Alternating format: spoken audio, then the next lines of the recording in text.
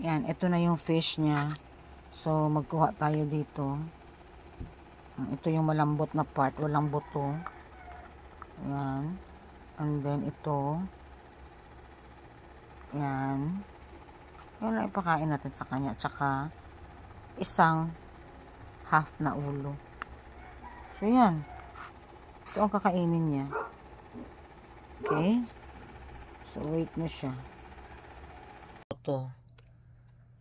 Malambot. Wow, sarap naman, mami. Uy. Mami, kasarap naman talaga ng fish. Uy.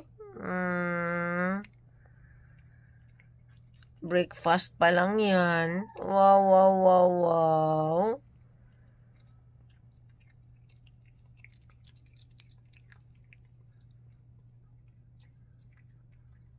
Dinig na dinig, oh. Ang sound, oh. Wow.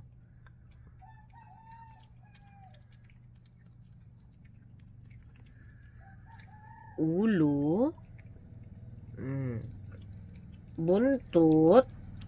Yung kinain, yung pinakamalambot, yun ang inuna. May technique man yan, mami. Uy. Mami, may technique man yan pag magmukbang.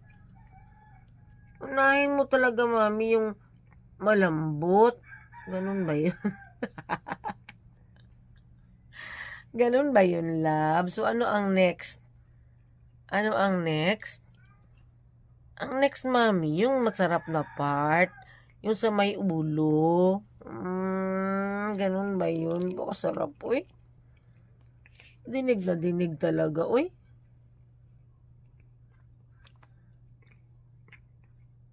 Sarap talaga, uy.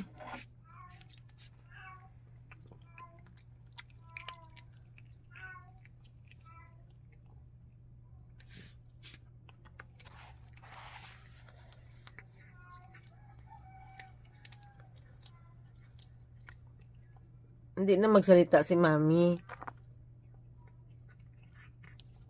Para marinig talaga yung sound, oh. Sarap. Uy!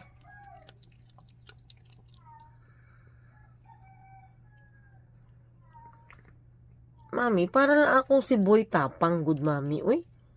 Si Boy Tapang, mami, yung idol ko sa mukbang.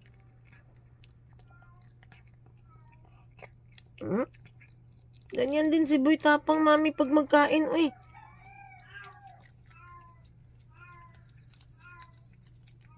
Sound din siya, uy.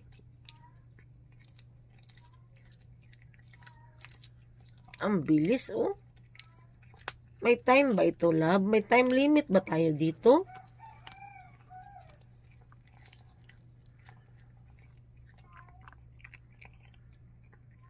Grabe, uy. Si Boy Tapang, mami, may sausawan pa yan siya. May rice pa siya, mami. Pero ako, wala, uy. Wala, mami, uy. Plain lang talaga yan, mami. Sus, kasarap.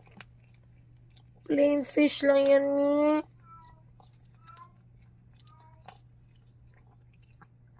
Mas masarap talaga, mami, ang kain ko, mami. Pag fish, pag chicken, masarap man din. Pero iba talaga ang fish me, oh.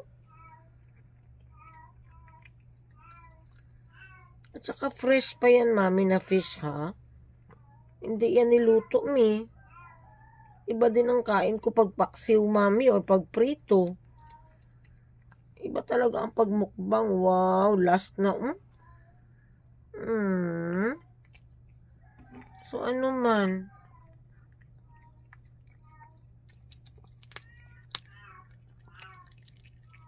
Ready lang ang kanyang tabo ng tubig. Ayan, oh.